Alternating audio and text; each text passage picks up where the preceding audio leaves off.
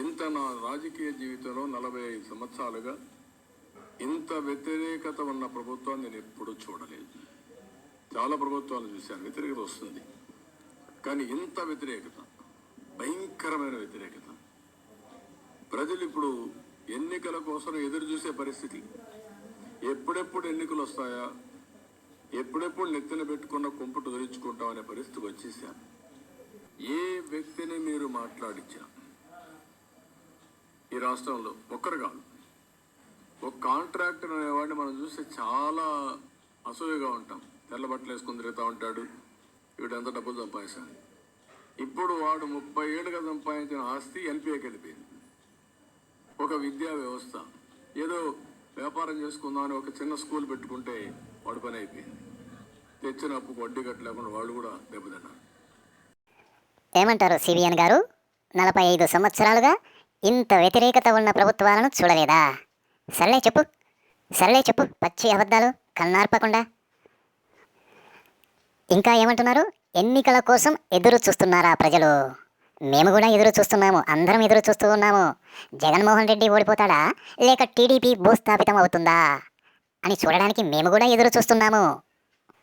మొత్తం మీద మీరు కాంట్రాక్టర్ల కోసమే ఉన్నారు అని చెప్పగానే చెప్పావు పో.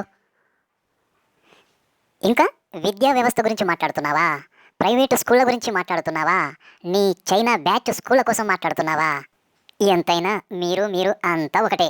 ప్రభుత్వ స్కూళ్ళు బాగుపడితే ఓర్చుకోలేరు. పేదవారు కార్పొరేట్ స్కూళ్లకు ధీటుగా ఉన్న ఇప్పటి ప్రభుత్వ స్కూళ్ళలో చదువుకొని బాగుపడడం నీకు నచ్చదు. కళ్ళు మంట, కడుపు మంట. ఇప్పుడు నీ ప్రైవేటు స్కూళ్ళు ఎక్కడ దివాలా తీస్తాయో అని ఏడుస్తున్నావు కదూ? ఏడువు. మీరంతా కట్టకట్టుకొని ఏడుస్తూనే ఉండండి. 2024 ఎలక్షన్లు అయిన తర్వాత ఇంకాస్త ఏడవండి బోరుమంటూ.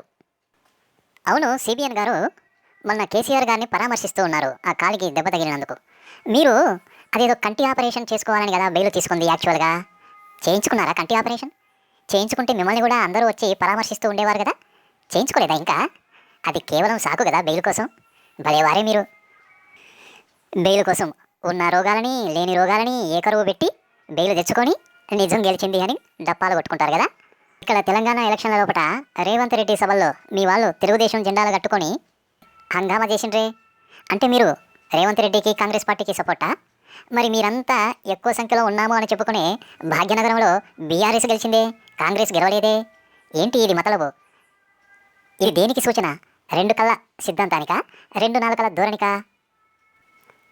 జెండాలేమో కాంగ్రెస్ తోటి, ఓట్లేమో బీఆర్ఎస్ తోటి. భలే ఉంది లేపో.